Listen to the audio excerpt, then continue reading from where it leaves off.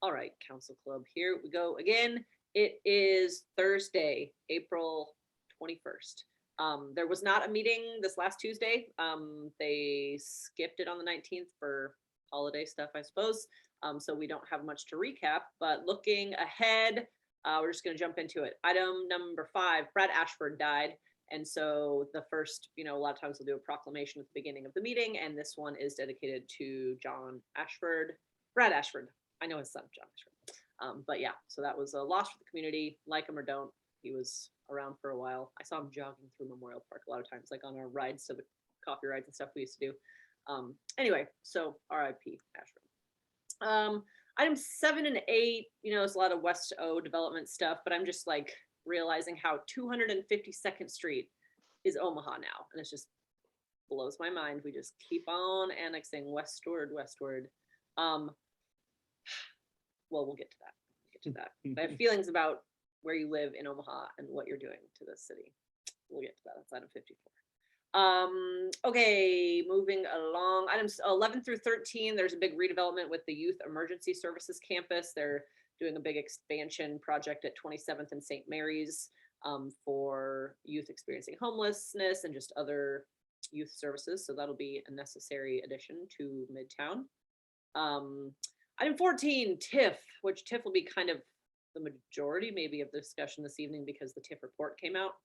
We'll get to that down the line, but item 14 is an additional 1.2 million in a TIF request with the HDR project in Exarban Village. So that brings their total TIF allotment to over 16 million, which is not insignificant. But like this one, when I'm reading through it, it's at least stuff that the public hopefully will be able to enjoy. So there's going to be like dog park, pickleball, volleyball, food truck zone. So, I mean, as far as, a lot of times when they say TIF and public amenities, they're like, we're going to actually put back the sidewalk. It's not actually much that the community is going to get anything out of. So this one at least was more than nothing. They have too much parking. I won't really go into and that. Exarban's not blighted. Right. And how many dog parks are there in North Omaha? All of that. Like, I was trying to look up when was Exarban designated as the community redevelopment area, the CRA. Yeah, good luck finding that. I know there's a map that says that Exarban is blighted and substandard. So is Nebraska Furniture Mart. It kind of broke me. Yeah, we're having a day over here. Like, what part of Exarban is substandard? Right. Yeah. Maybe when the track was empty. Yeah, correct. When it was there. Yep, and then, so it was probably a casino developer that filed the request to have it be designated blighted, because not long after we moved here, there were conversations from a casino developer to put a casino at the old racetrack. And then that's when this kind of counter proposal with UNO's blessing about, extending the campus essentially, and then creating a mixed use development there instead of a casino came about. And HDR, I think we were talking about this last week, but HDR is a Fortune 500 company. Yeah, that's their global headquarters. So they're not doing okay. Lots of blight there. Yeah, lots of blight. Super substandard. Yeah. Sorry for them. Yeah, so of course they'll get it. No questions asked, I'm sure. I'm sure it'll start with like a delightful presentation from Don Seaton and Bridget Hadley about how this is the epitome of the perfect TIF application and wouldn't happen without it. Whatever, same old. We know their song and dance. All right, item 15 is just a special use permit for a sober living facility at 34th and Cumming. Apparently, there's already one on Burt, so it's within 600 feet or something, so they had to get a waiver, but that's not going to be an issue. There were a lot of liquor requests. Items 16 through 21 are all liquor license, either additions or new applications or new locations or whatever. Did you notice if any were in District 2? I don't think that there were. I just say those the ones. One's on 18th and Vinton, so that's South Omaha. Omaha Prime is 415 South 11th, that's downtown. The Dry Bar and Regency, North 155th Plaza. Good stuff. Look at the one for Night Owl, because it's like the only thing south of the front door is a sidewalk I thought the same and the thing, street. Lori. Yeah, I thought the same thing. I was like, did they mean east, not south? Yeah, because But their patio area has it's been there already- for a yeah. while, and that's all on the east side. I thought the same thing. I didn't fully look at the attachment. I am now to see if Oh, I there's- didn't look at the attachments. I'm opening it up right now because they make them. Oh Extra. my gosh. Okay, I'm gonna do a screen share so you can see this. So as we know, they already have this area, but what the heck, 9 by 20? That's like just So it is a sidewalk. that is the sidewalk. Huh. I didn't- Wow. Yeah. Huh. Huh. Because this is where their existing patio is, which is 18 by 40. So this is half that amount of space. Interesting. Well, I'm sure they'll get it. Although I am curious about, how that is going to work with the sidewalk. Huh. Yeah, that'll be, they're going to widen the sidewalks eventually. So in the meantime, let's just block it with drunk folks. It'll be fine. Sure, it's not a problem. But yeah, that caught my attention as well, Lori. I don't know. I guess we'll see. I'm sure it won't be a problem. Do you know where the Main Street cellar is? Is that Main Street Elkhorn? 2714 North Main Street? I do not. It sounds like maybe an Elkhorn address, though. It kind of does to me too. Oh, you know what? I'm just looking at the Night Owl. There's the sidewalk, and then there's like I wonder if it's that little area right there. It is. It's on the far edge of the building. I guess. So that's not the sidewalk. It looks like it's the setback or. Yeah, that is interesting. Is that almost like we're, I don't know. I'll have to go scope it out. We're never really in Blackstone. But, next time we're there, we'll have to. Looks like some green scope it out. space right now. They're just going to turn it into seating. Yeah. Bizarre. And yes, Main Street is in Elkhorn, for those of us curious about that liquor license, which will also certainly be granted. Okay, they can make cute jokes about what kind of beer. All right, then consent agenda, items 22 and 23, the public hearing already happened on the 12th. I'm sure it'll pass no problem. That's for some flood levy mowing, and then a janitorial group contract for the police headquarters. So I'm sure that'll pass no problem. Items 24 through 55 do have public testimony opportunities this coming Tuesday. There's a bunch about lottery. Items 24 through 27 are all lottery agreements. There is some communication and opposition on item 25, which is Azul Sports Bar on 52nd and L, basically. And the opposition actually was opposed when they got their just bar, probably a liquor license application, which was approved. But they have concerns with it being like right next to where I guess there's a new high school going up over there, Buena Vista High. So it'll be apparently right next door to that, which they don't like. And I think the only thing they said that separates the Keno from the high school is a bus parking lot. So anyway, they're also concerned that there were not enough entrances to and from the establishment, just straight on the 52nd. So of course, Was this traffic the concerns. one that had the communication and opposition like a year or two ago, where they talked about the person wrote what's the accordion music? Do you remember that one? I actually kind of do. When I read Azul, that like rang some kind of a dusty old bell. I don't know exact, but I remember it's like they play accordion music until 1 o'clock in the morning. It's the same song. It might have been them, or it could have been a different one. But yeah, I do remember some sort of. I remember I think they got a tavern report, like some kind of either. It wasn't this one then. I think that one was on like maybe South. It was some other South Omaha one, but the one where the person got stabbed. They're like, they didn't get stabbed in the bar. They got stabbed in the parking lot. Doesn't count. Yeah, totally different. Anyway, I guess we'll see what happens. This and the the communication in opposition, the person specifically calls out Palermo and is like, I hope you'll stand up for your district, Vinny. And I'm like, we'll see. I don't know. Maybe he will.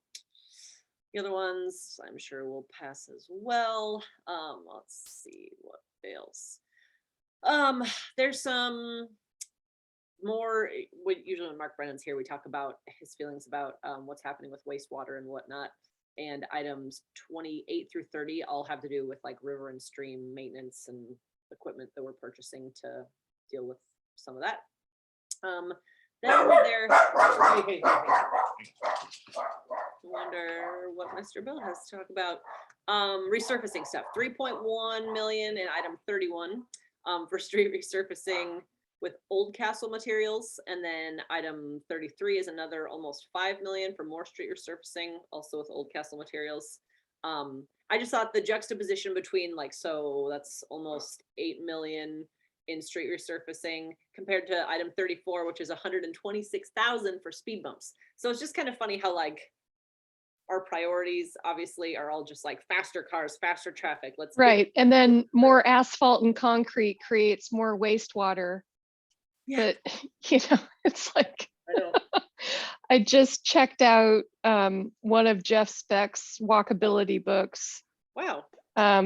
Just started reading it, and it's like, oh my God, this guy's so reasonable. No wonder he's written Omaha off. Yes. Yes. I can't wait to hear your interview. Oh, I know. Yeah, that will be. Turn this light down. That'll be good. Hopefully, he still wants to. We'll see. He'll be like, "Oh, just kidding. Omaha sucks, and you do too." Is that from Ash? Yeah. Were they there, or they just dropped it? They dropped it off. They're in There's the car. whiskey on the porch. How nice. All right, cool. We will keep on keeping on. So yeah. It's your happy birthday whiskey. Yeah, Indeed. Thanks, Yeah. Ash. Yeah. Happy Yeah. birthday. I got potentially, maybe there's no such thing as too much whiskey. I don't have to drink it all at once. But I got like multiple bottles of whiskey. I'm like, man, I should get a different hobby. All right. We will continue on. So yeah, we just talked about how there's 126,000 for speed bumps compared to like bazillions of dollars for fresh, fast car traffic lanes. Where are the speed bumps, they say? All over town. Yeah, they're all of these ones with the street servicing or the speed bumps just is like various locations. So they kind of all over. Not on Farnham, I can tell you that. Between Saddle Creek and Dodge. Yeah, I'm sure not. Ugh. Yeah, I think this just says, yeah, various locations. You ever play like the Super Mario Brothers, and instead of a speed bump, they have these like speed. I mean, it's a video game, so it's not real life, but you hit the arrows and it makes it go super fast. I'm sure like Todd Fisher's like, how can we make like a Super Mario Kart on Farnham? Put a Cheryl. They think then you ride over the Cheryls. And Yeah, and it like boosts you like an escalator, like a Yeah. super fast street. I have like NASCAR, like bank turns, so you can just like hit the G forces. Okay, moving right along. Item 37 is about $100,000 to Earhart Griffin and Associates for on-call design review, which I haven't really seen like just an on-call contract like that before. I thought that was kind of just interesting way to word it. And then also $100,000 just for engineering services for a dam retaining wall on Q Street between Millard Ave and 156th Street. I just don't understand how we need to pay $100,000 to a company to just design a retaining wall. Like, is it really like we don't know how I don't know. Just again and again, I don't understand how anything works. So it's silly that I'm trying to go through it and explain it.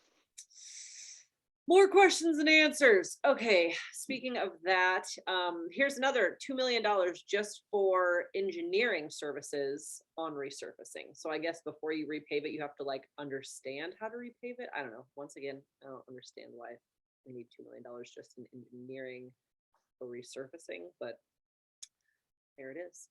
Item 39. Okay. Oh, then this was items 40 through 43. No, I'm sorry, through 44. I don't feel like I have seen the declaration of use resolution before. So these are all just corners of already, it seems like, I didn't read every single one of them, but it seems like they're already city-owned parcels and they are just being designated for traffic control use instead of whatever they were being used for before. So there's something like Yeah, I actually looked at that too, because a lot of them are in parks. Like, Elmwood, I saw. yeah, Elmwood was one, is like 42 Oh, through yes, 44. yes. Yeah. Yeah. And so I was like, what's going on with that? And honestly, it looks like it's pretty tiny areas. But I did read the attachments on some of it, and it looks like it's connected to some federal grant money for, okay, so you saw all that. Just that, just that there's some sort of federal, I don't know if it was a mandate to upgrade our signals or what, but I did just see. Yeah, so I'm wondering about how that's going to fit in with what they tell us in the meetings on Monday about converting Farnham back to two ways all the time. Yeah. Because in the past, one of the arguments has been, well, it'd be so expensive to change all this stuff. It's like, well, it's pulling down some signs and reprogramming the lights. I don't, that doesn't seem impossibly expensive to me, but obviously, what do I know? I also don't think it would take $2 million to put up a retaining wall, but Right. so I just, I took note of that, just thinking, okay, I wonder if this federal grant money is going to come up in the discussion on Monday with, connected to updating all the traffic signals. Totally.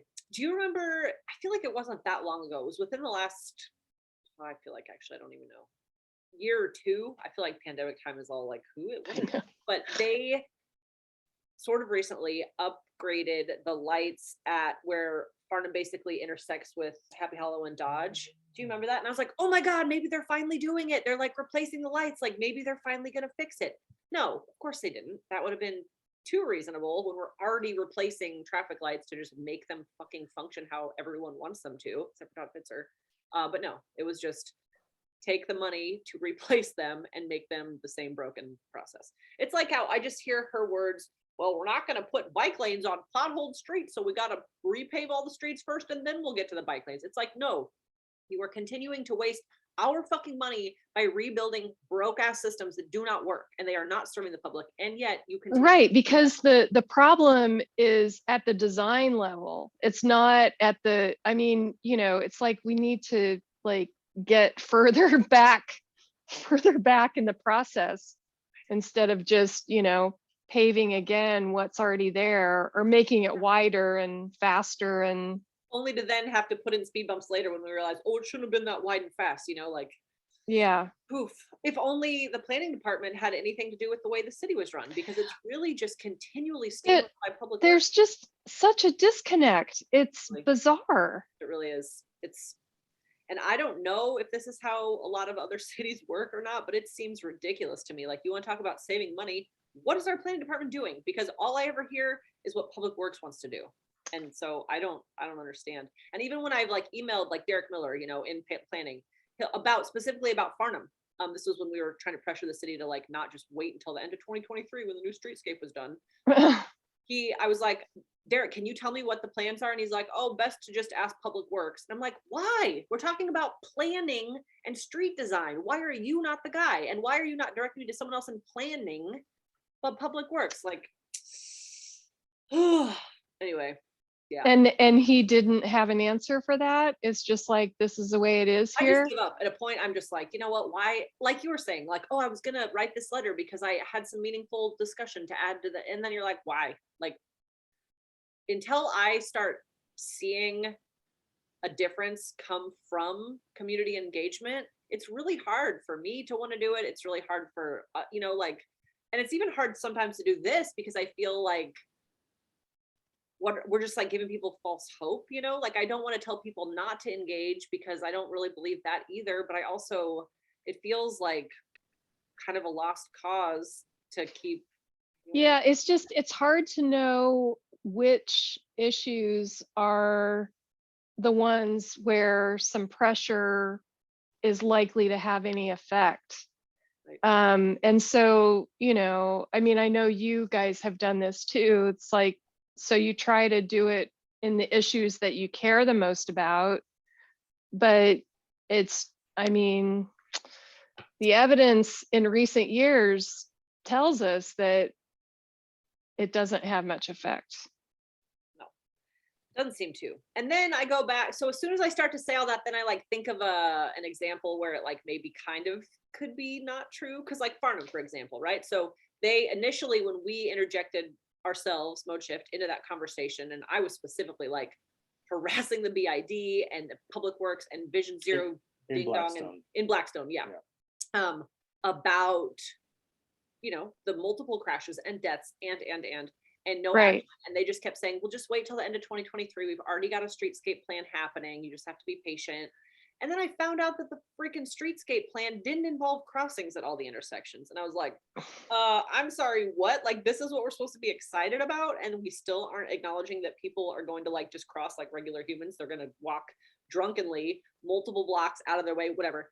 So I encouraged the BID to like push back to the city and be like, we're not jazzed about this plan. Like, we have to wait and we still aren't going to get what we want. Like, so of course, you know, and then Public Works is like, well, we're reevaluating some stuff and be patient and we're going to see what we can do and nothing can happen quickly and blah, blah, blah. And, you know, Brandon, who's a planner in Council Bluffs, he and I like tag teamed that blog post and we came up with a bunch of recommendations and of course sent that to the BID and blah, blah. And then guess what? They're doing like a lot of the shit that we asked them to do when they initially said that they couldn't. And so I don't know what effect. Well, then yay for you, because I think probably the reason that was effective is that you were talking to the BID people. So then the city is responding to them, right? Not to Mode Shift, not to just, me as a single homeowner, whatever, like one home, we own. When it's I mean, who lives in a neighborhood that's affected by decisions that they make. But so I think probably because you lobbied essentially the business improvement district members, and then they were the ones who, their voice was heard with the city. Yeah. Who knows? But with Blackstone specifically, I remember, I feel like a couple of times it was like, there's nothing we can do. We're not, wait a couple years. And then how long did it take? How long did it take for them to remove the beg buttons? A week? Yeah, after a week, because that was one of our, like we had, I mean, honestly, they're doing like a whole lot of the things that because it's not that complicated. Like, we're not engineers, right?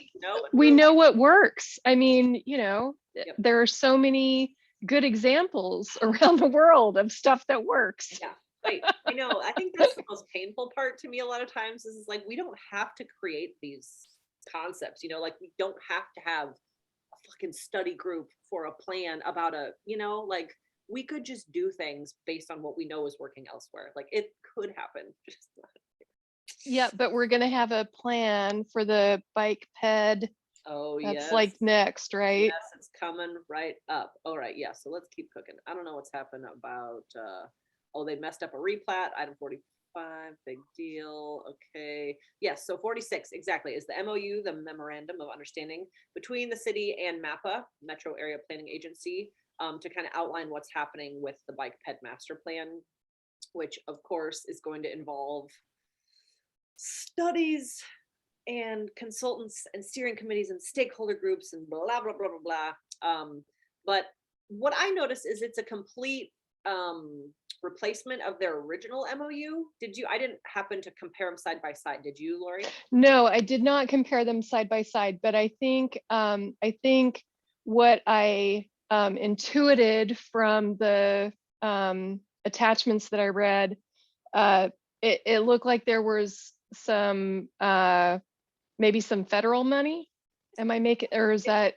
And then the city's like matching, kicking in, and so maybe those amounts are different or something. Kind of what I was wondering too. Yeah, yep. I think that we're on the same page because so I had heard originally it was going to be around $200,000 or something like that. That's the mini grant that MAPA is providing, and right? Omaha is kicking in. To me, a little over 100 amount. Yeah, it's not a match. It's a portion. Yeah, it's like bare minimum. What a surprise! But yeah, 118,000 from the city of Omaha. So yeah, I guess we will hope that that's. But then and so then it it lays out that we'll have, of course, people from the city and from MAPA be on the steering committee, but it did make me wonder about that stakeholder group. It's like, okay, super duper, where are those folks coming from? And part of me is like, hopefully they'll pick some folks from Mode Shift or some, like people who are actively engaged in these conversations all the time anyway. And one then, would hope. And then it's like, okay, well, maybe it's like, who would we talk to ensure that does happen? I mean, it's not entirely clear to me who's going to be on that steering committee, but that's something that I might poke around in a little bit. Yeah. Try to find out more. Yeah, that would be interesting. And Helgerson's a good guy. I'm glad that he is, at the helm of MAPPA now. That is promising, I think. Good. So I'm wondering, I mean, he might have more information, or, like I just kind of in general don't have a lot of faith in the city. But MAPPA, a little bit. I'm with you. I mean, if we can get some trustworthy folks on the stakeholder committee through MAPPA, through conversations with them, then that seems like a worthwhile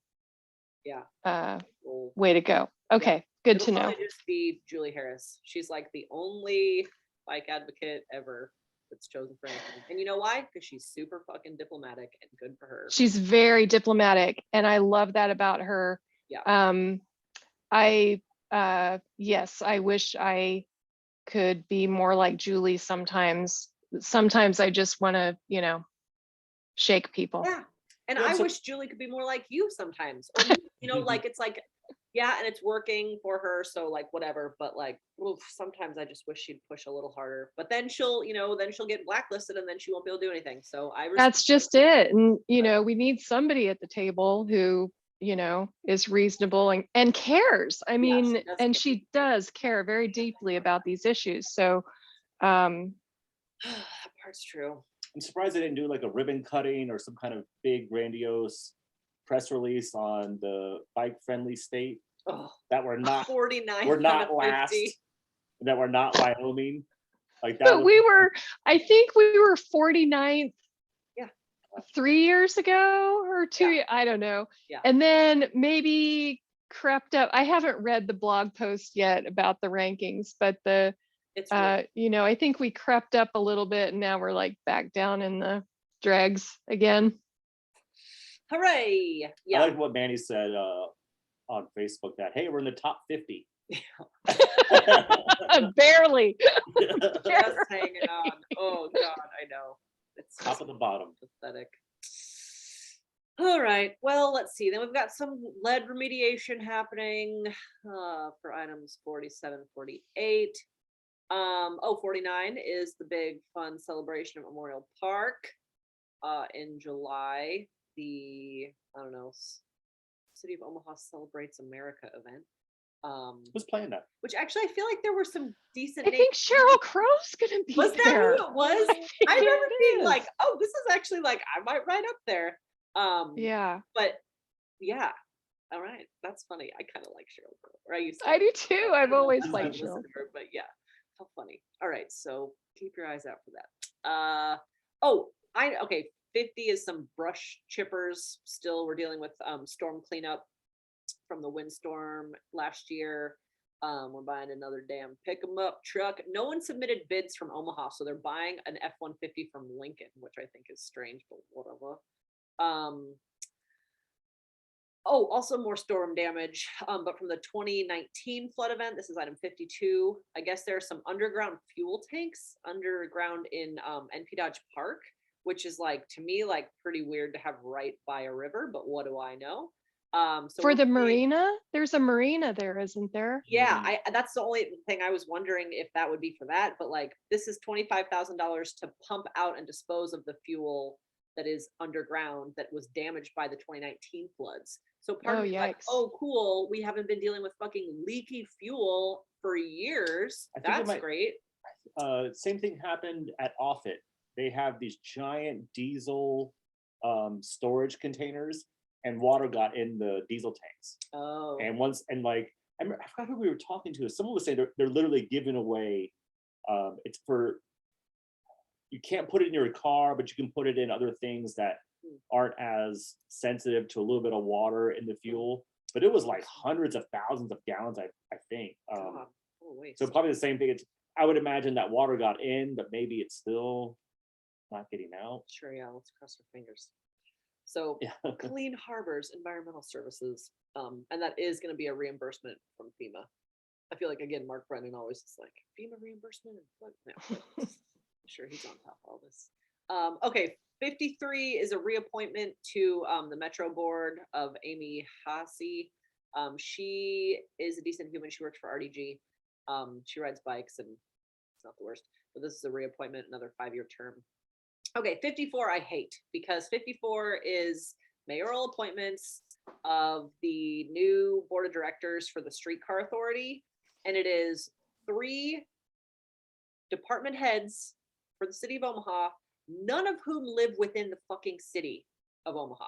And those are huge positions. It's the planning director, the public works director, and the finance director, making big decisions on the daily for a city they do not reside inside. Like, I don't understand. So Stubbe and Fanslau are in Papillion because we know Stubbe's Hold on office there. Yeah. Papillion City Council, and Fanslau is running for City Council Papillion.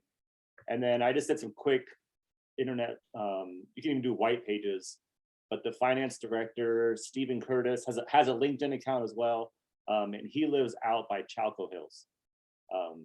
And so it was weird because technically it has an Omaha Address. in his that's not address, incorporated or but not something. in city limits and not in a little SID like Swiss cheese hole, like 10 miles south of, maybe not 10 miles, but a couple miles south of the southern border of Omaha. But yeah, not in city limits. And that's, yeah. But it's weird. It doesn't actually say their names. It just says planning director. And Yeah. so, and if they were to retire or resign, whoever the new planning director would then become the Streetcar Authority board.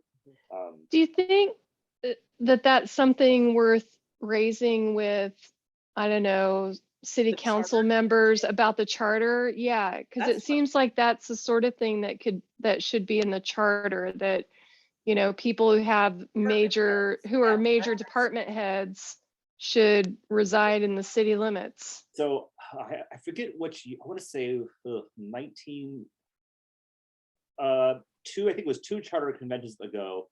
They tried, and I think it actually made it all the way to the ballot,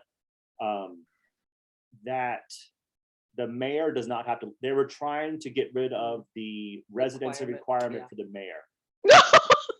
And it was something about like, I think it was more that the mayor This town is- doesn't have to live within the city limits, or because I think currently you have to be, if you want to be mayor, you have to have had resided in Omaha for at least 12 months. And I think they were trying to change it to maybe 6 months. Or just maybe like if you live within, like 2-mile boundaries or something like that. So bonkers. yeah, I'm thinking, oh man, so not only does those 3, the planning, finance, and public works, they don't even live in the same county. They all live in Sarpy County. Yeah. So it's not even like, I forget the name of they call it the ring around Omaha or around city limits. There's a name for it. But they're not even in that. Yeah. The metropolitan statistical area. Yeah, that includes Council Bluffs. No, they have so one of the planning board members, one of the planning board members is supposed to be outside of city limits. There's a name for it. Not ex officio. I forget what it's called, but yeah. Yeah, I don't know. I agree that so in the past they've tried to not suggest, but that city council and mayor cannot, I mean, just like Rich Pauls, cannot be a city council member and hold a higher elected office. I don't know if Papio NRD would be considered a lower elected office. Yeah, I think that, I don't know what higher office even means, but I think it should just be, if you're already an elected official somewhere else doing something else, like, call it good. I think that should go for all elected officials. I think Crystal Rhodes she's already the communication. Yeah, it's like, how many jobs can any one person do? Yeah. And do any of them very well? Right. I don't know. I agree. I don't know. I had kind of wondering if like our council club group should come up with like a list of recommendations to submit to the charter convention. I like that idea.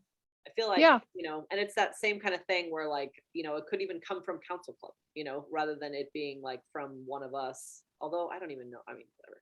I don't think any of it will I matter. thought about suggesting, going back to Paul's, I thought about suggesting to, it's Bernard Indenbosch, who's the Mhm. city attorney, Hmm.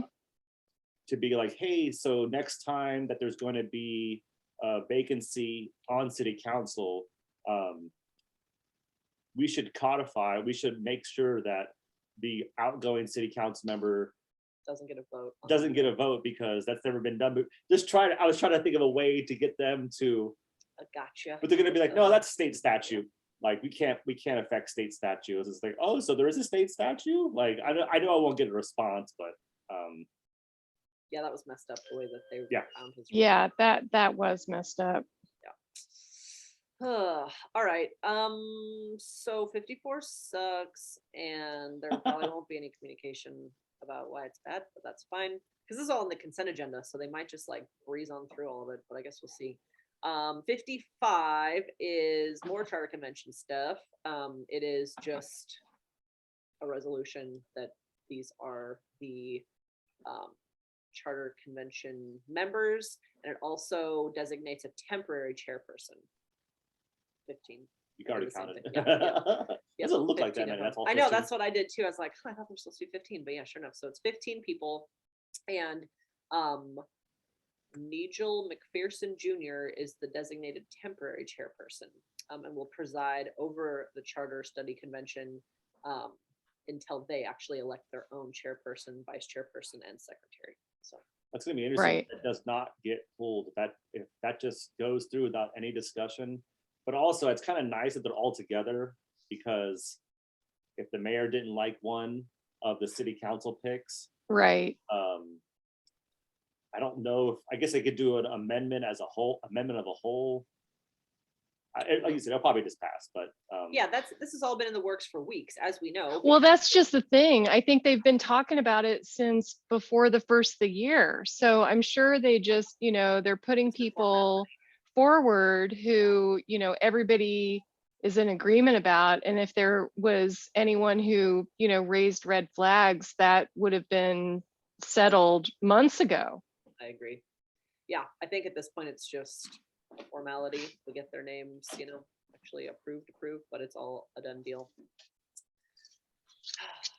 All right, so that's the end of the consent agenda. So then we've got a few resolutions with public hearing and vote happening on Tuesday. I didn't really dig into this first one, item 56, which is a resolution between the city of Omaha and UP for some pipeline crossing. But anyway, so the funds are going to be covered by Mecca, which I thought was interesting. Anytime Mecca's involved, I'm automatically like, what's going on? But that is it's probably in North Downtown where they're maybe getting rid of some of those cross. I don't really know what's happening, but I know this is so minor, but anytime Union Pacific is in there, we know that Councilmember Juanita Johnson will abstain. And just last week, or two meetings ago, there was OPPD, and I think there might have even been an AFL-CIO, which Danny Begley he works for OPPD. He's the treasurer for the AFL-CIO, and never abstains. And rightfully so. I feel like he's not going to be making. He's not going to be exactly. It's not going to be financially benefiting from either one of those decisions. Yeah, so I almost want to be like, you don't need to abstain. Like it's a nice gesture, but it's confusing. Yeah, I don't know. I feel like Juanita Johnson does things a lot differently than the rest of the council. So I don't want to get her in any trouble, but I feel like it confuses the rest of us. Yeah. I'm just realizing this is to build, it's like a overhead wires. So I don't know if it has to do with the streetcar. It's not what I'm thinking with this agreement. Wow. But it says, yeah, only- they're building at the North Omaha lead, but then it's a licensing fee of $9,000 to cross the wireline crossing agreement. I don't know. It's interesting. I don't think that's streetcar. I don't think UP has anything to do with streetcar. I can't imagine that they're doing anything related to that yet. Yeah. It seems just way too soon.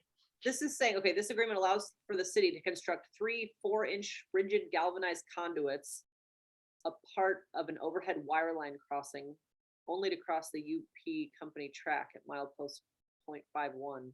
The agreement details the requirements of, yeah, weird. I don't know. And then I don't know why Mecca's involved. I wonder if that's like the train tracks behind this. I bet it's, yeah, behind the convention center, all those tracks. Oh, I wonder if it has to do with Yep. the job. Yeah. Yeah, All right. that's it. That's got to be it. All right. Nice work, team. Check it out. All right, cool. Okay, so 57 is the dang blank TIF report for 2021. So we did kind of read arguably too much of that because Bless your heart. I couldn't quite bear to even open it. no, he comes down, he's like, I'm in burn it all to the ground mode again. I'm like, what? He's like, I read the TIF report, and I was like, oh yeah, shit, it's basically just like a bunch of pages of how great we are and how Omaha would cease to exist without TIF and how it's all just like making us tons of money. Lots And of graphs. if there was no TIF, there would be no development. Like they say that with a straight face. And are they? And they do. What is it? The what if? What if there was no TIF? Yeah, and I love how they wrote like, we went above and beyond the bare minimum. The state requires us to do a TIF report, but we wanted to suggest even a little bit more. And then that's when they get into this whole what if section. What if TIF didn't exist? Then we basically wouldn't have a city. It's just like, I don't know. What a crock. Yeah. And they said that they got 35, I think, requests in 2021 and 25 were approved. And then they have all these little like pie charts with how much is housing and then in what part of town and all this stuff. So I guess if you haven't checked it out, check it out. But you know, it's Yeah, I'll have to wait for a moment where I don't know. I don't know what the right frame of mind to be in is. So you're like, today's the day. Today's when I want to dive into the TIF report. Did you say that they said 60% is affordable housing? Yeah, which I feel like does not seem possible. That's right? Like a mischaracterization at best. that's what I feel like. Don't you think? I mean, that's got to be market rate. A lot of it has to be market rate stuff. There's not, I mean, unless they're including, and I don't know how big the tiny house project is with Sienna Francis, but I can't imagine that is enough to, be that big of a percentage. No, I need to find that page. And the same thing with, so the planning department, Eric England, he said with a straight face again that, I want to get this right. So remember how he phrased it. That many or something like that. Yeah. TIF projects are 100% affordable units. And we can think of one. And he said the word, and then he said the word many, and then I was like, okay, so now it's like all about semantics. He's like, well, affordable to whom? Right. And it's not, I mean, we need to define what affordable means, because now it's not defined. It's like housing code. everything, like all the proposals we've seen come before the council in the past year, except for the Sienna Francis tiny house project, they've all been market rate. They've all been market rate. Totally. That's why, okay, so here's the section. The number of affordable housing units proposed through the TIF program in 2021 was 601, or 61% of the total proposed housing units. Like, I just don't feel like. Well, yeah, if it's determined by the developer, right? Am I reading that wrong? Well, I think so. What they're saying here is it's determined by the program funding source. So if they use LIHTC funds, then that counts. Okay. And then, but I'm telling you, like, I don't feel like, I know they have it in writing right here, but like, it still does not make sense in my brain that over half of the TIF housing was affordable. Baloney. Like, I just really don't. I find that hard to believe. So I mean, because we look at it every freaking week and how much of it's affordable. Not 60%, not the majority. That's what this no, is. I mean, it's, I would be surprised if it was a third. Right. That's, I know. I feel like very rarely is it affordable. Which pie chart? So the pie chart is that, okay, so 52% of the TIF projects were housing. I think I think we were, so I think that what they're saying is 60% of the 52%. Yeah.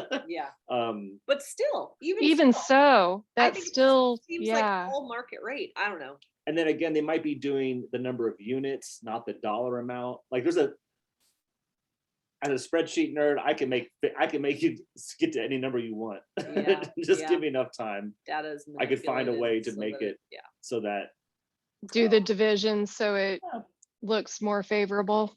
Sure. Well, anyway, it stinks. I don't think that's some about like over half is affordable. I just don't think so. Yeah, because like just take for example 39th, or is it 38th or 39th? 38th, the Taco Bell. That's Yeah. Is it 120 units and 10 affordable? Right. So that's not 62%. That's what I'm saying. That, to me, that seems like about the normal ratio. Like, so we should try. Cindy Gonzalez, who used to work for the World Herald and now is with the Examiner. Real estate is her thing. And in fact, I think I saw something, I think she was tweeting about these affordable housing listening sessions or whatever. And so it seems to me like she would be a person qualified to look at this closely with some expertise and knowledge and knowing who to talk to also, dig into the details. crack that open a little bit. Yeah, I was really taken aback by that. I was like, 600 affordable housing units. 600. Like I think we can go through. I mean, I know you downloaded all, but you could pull all the what's this? Chewy with Matthew Kavanaugh with Holy Name. Yeah, they had those were 100% affordable. Yeah, that was one of the few that I was like, okay, there's one project that is 100% affordable. Right, but that's one, not many. One. Right. And that's how many units? I mean, I think 100. Yeah, maybe. It was not a huge amount. I mean, good that it's something, but yeah, I was staggered when I read the majority of housing that TIF is. Yeah, right. Like, I just don't think so. But yeah, I mean, yeah, and especially not when our buddy Jay Noddle is getting TIF, to do luxury townhomes right down the street from me. It's like, I know. It's not even in line with the housing in the neighborhood. It's like, nope. So yeah. Yeah. So if you read that study on whatever day it is and you find something from it that we are missing, please let us know, because I just looked at it and I was like, I don't know why this doesn't make sense, but it doesn't seem plausible, but I don't know.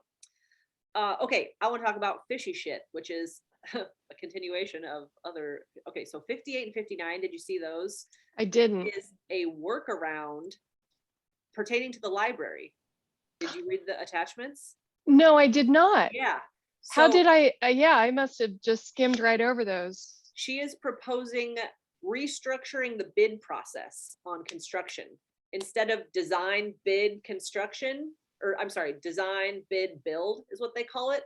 It's just going straight design, build. There's no bidding process. And she's actually like saying that we need to save time on this process, and here's how we're going to do it. So once again, people who are paying attention to library stuff and how it does not smell right and how everything is super rushed, 58 and 59, you have an opportunity for public hearing. Because,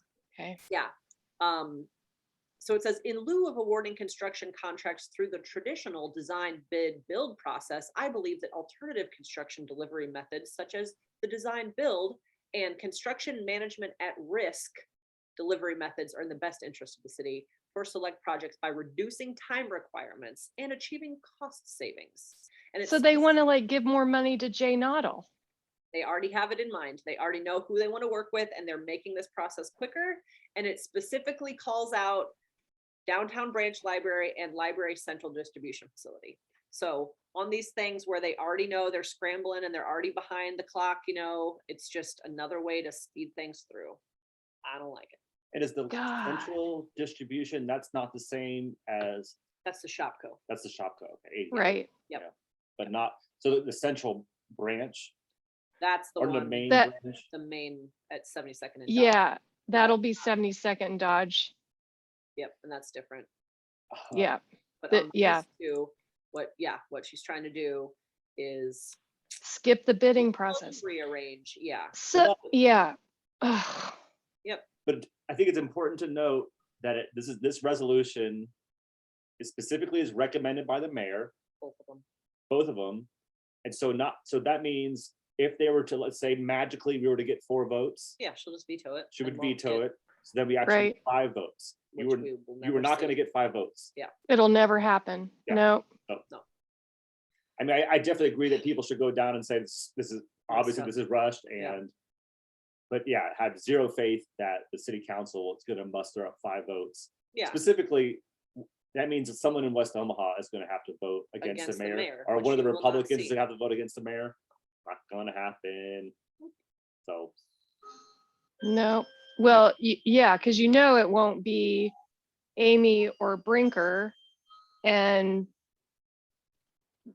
not Rose probably not gonna either. So yeah.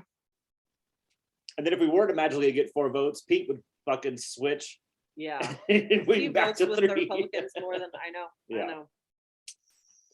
So that is a sad ending to the action items, but that's. And so is that's where we're at. 59 related? You said it's They're both kind of the same. That's why I'm a little bit confused, is because so 58 is a resolution from the mayor that the construction management at risk delivery system, I don't even understand really what that is, but and again, if you read both attachments, they both talk about the timeline. Let's get it on through.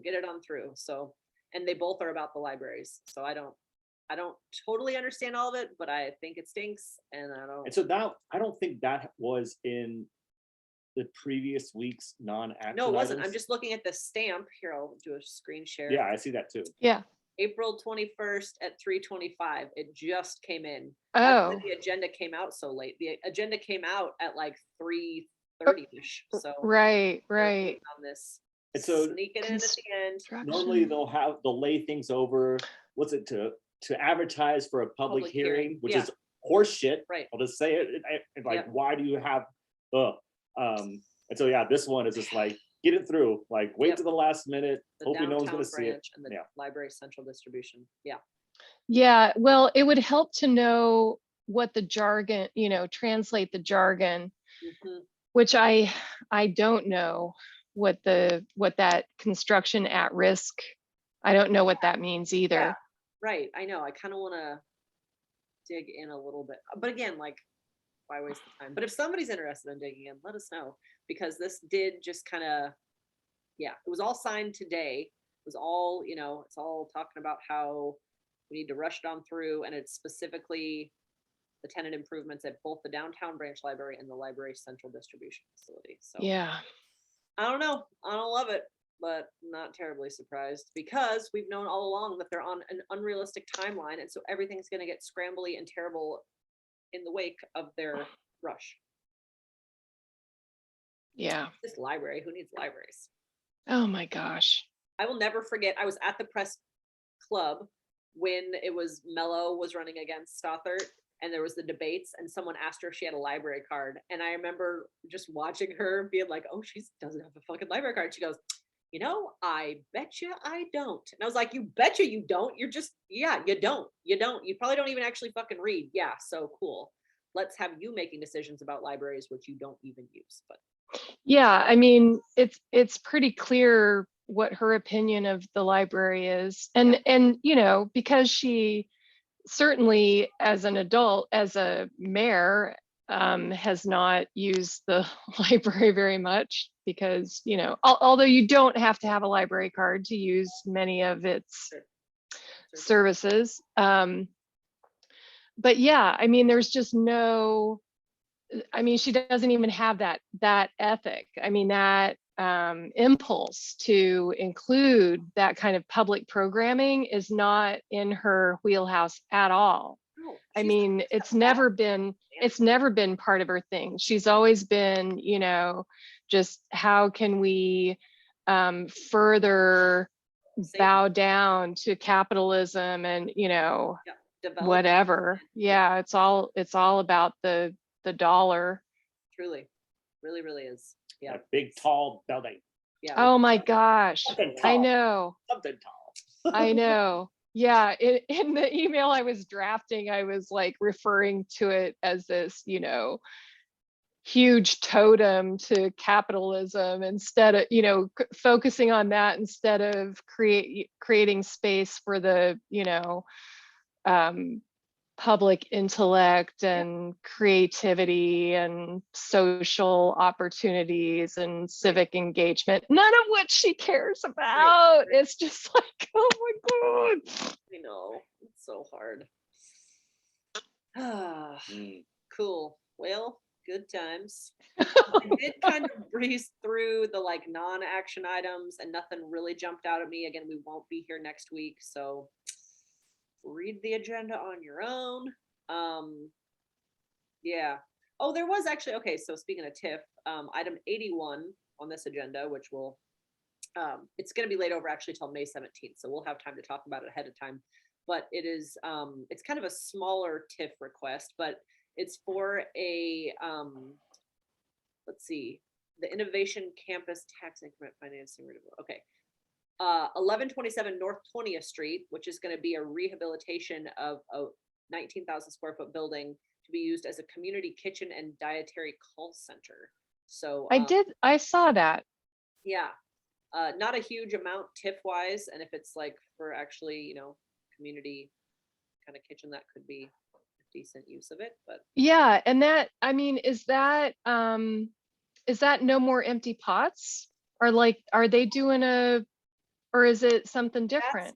I think it's something different. I think it actually has something to do with CHI, which is exciting. But that's probably it'll probably have something to do with that. I didn't actually read that over here, but yeah, it looks like the CHI. The kitchen will serve the community nutrition needs of CHI's existing facilities. So I think it's probably somehow involved with that, which maybe then won't be a community. When I read community kitchen, I was like, what a good idea. And then now that I'm like actually looking at it, it's probably like maybe not as exciting as I was hoping. Right. Yeah. CHI. Yeah. So it sounds like maybe it's connected to the whatever that clinic building they built after they vacated St. Joseph Hospital. Right. So it's on the north side of Cumming but that's west of I'm gonna look up this 20th. 1127 North 20th. Yeah. 1127 North 20th. Oh, it's by the Sienna Francis house. It's just north of the Sienna Francis house. Interesting. Yeah, look at those industrial big buildings. old weird warehouse here. I'll do a screen share. Okay, yeah, that makes more sense. Looking at I think it's a plumbing or a neon. because here's all the isn't that There is a neon business right around there. Yeah. Somewhere. I forget what it's called. But yeah, they make neon signs. interesting. So it's gonna be this building rehabbed, I guess. And then Okay. the Sienna Francis house is like right over here, I guess. Right. So then is this those fancy new apartments and then millwork? Yeah, I don't think they're that fancy, but yeah. And then there's the building. Okay, interesting. Yeah. Well, now we know. Okay. And yeah, I don't really think anything else popped up to me. Go up to the office clears. So I was wondering to see if that was, and there's communication opposition. I wonder if that's the what's the name of the one that Oh, got that one who had the suit, who filed suit. It might be. It's Johnson, wasn't it? Yeah, Johnson? it is. Rodney Johnson. Yeah, it totally is. Okay. Resident taxpayer. Yeah. Interesting division. Yeah. Huh. This formal bid protest was filed by resident taxpayer Rodney Johnson. I'm protesting the decision embodied in the I'm not read it all, but wow. Okay. Yeah, BJ's Fleet. That's it. Yeah, Yeah, totally. BJ's Fleet Wash. Yep. Yeah. Huh. Signed resident taxpayer. I like. Because we know she only cares about taxpayers, so maybe you identify yourself as a taxpayer. But she doesn't really care about them either, because I am one. Ugh. All right. Well, Before we sign off, so I know this gets posted on YouTube. There is two Farnham meetings, or at least one by the city, about fixing Farnham Street, making it two ways, or proposing. I think it's Monday, Lori. Yes, let me grab that postcard. It's right here. It's so the public meeting is Monday, April 25th from 5 to 7 in the White's Community Engagement Center at UNO, which is easy to get to. There's an Orbit stop nearby. I'll probably just walk up there. And then, so, you know, a lot of us in the neighborhood got postcards about how they want to talk about proposed improvements to intersections of Farnham at 50th and 52nd to accommodate permanent two-way traffic. And then they also have some passing mentions of pedestrian safety, and I think bicycle is maybe mentioned in here once. Now I know from the neighborhood association Facebook page that there's also a stakeholders meeting, same day, same building, different room, that starts at, I'm sorry, I'm gonna have to like grab my calendar. I think it starts at 3, but let me just double check. That's the Yes. Dundee Memorial Park Neighborhood Association. Yeah, Dundee Memorial Park, 3 to 4:30. There's a stakeholders meeting, and the members of the Dundee Memorial Park Neighborhood Association board are attending that stakeholders meeting. I asked whether that meeting was by invitation only, because since I live just a few lots down from 52nd, south of 52nd and Farnham, I feel like I am a stakeholder. yeah, no, And Peter Manhart said that he did not believe it was by invitation only and encouraged me to attend. So I'm going to be there. And then my intention is to stick around for the 5 o'clock meeting and just at least get a sense of what the tone of the gathering is like. You know, it's billed as an open house, so I don't know how much engagement there's actually going to be, but I will be there. good. And I also was in touch with Nicole Wheeler, and I think she'll be there. And also I have a neighbor who they live just north of the 52nd and Farnham intersection, and it's a family, and the woman is a nurse. And so when we hear a crash, she's often the first one out there, because she just like runs out to see if there's, you know, anyone hurt, that she can help. And you know, of course, those get the crashes get tracked, but all of the near misses we see all the time. I mean, hardly a week goes by that I don't see somebody making a mistake. Yeah, I'm sure. I'm just wondering if there will be anyone that's there that's like, no, we love it the way it's working. This is totally great. Like, it just like there's so much to change it that I'm wondering if there's the only people I ever see like on social media who are even the least bit supportive about it are more like, you know, all you have to do is follow the directions, right? That it's clearly marked, and, you know, just pay attention, blah, blah, blah. You know, I think drivers are more distracted than they used to be. I mean, when you've got phones and computer screens in your vehicles, that, you know, there's more distraction built in.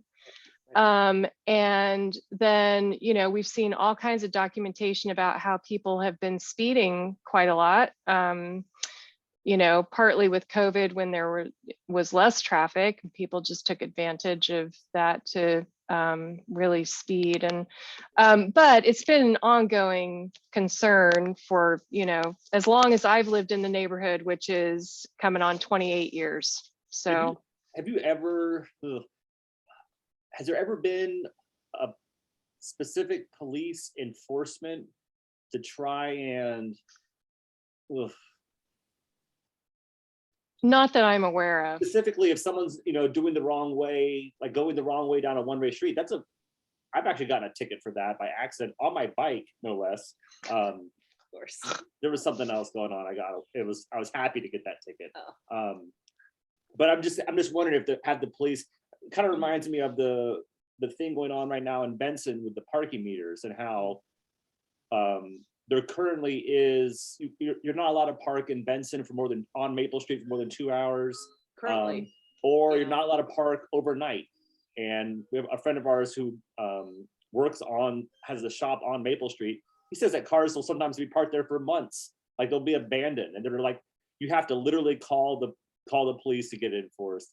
So I would imagine. Yeah, I think that's still the same thing. I mean, I would guess that if it's just by chance that an officer is in the vicinity and sees someone do it, then they might get a citation. But I mean, I've never seen anybody like staked any officer like just waiting for something to happen.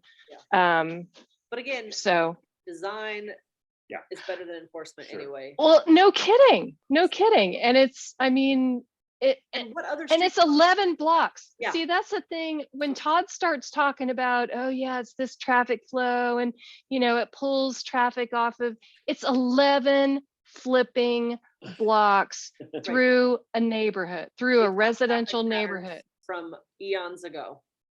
Yeah, it just, I mean, it's so illogical. Right. Yeah. I hope he becomes the county whatever, so he gets out of the city position. Do we talk about this on Council Club at Omaha? Yeah, Like he's running for running county engineer. Gross. Yeah. Although It's I bet you he could do both. Oh, right. I mean, he could probably hope run not. for city council in Papillion and get that, and be a city engineer in. Do 4. Let's do 4 jobs. Yeah. What's one more? I'm already doing these terribly. I can do another one poorly as well. Yeah. Oh, golly. All right. Well, does anyone have any positive thing to end on? Well, yeah, I want to show. Her after we get off. After we're, Okay, yeah. yes. So I'm going to hit stop. Thanks for watching.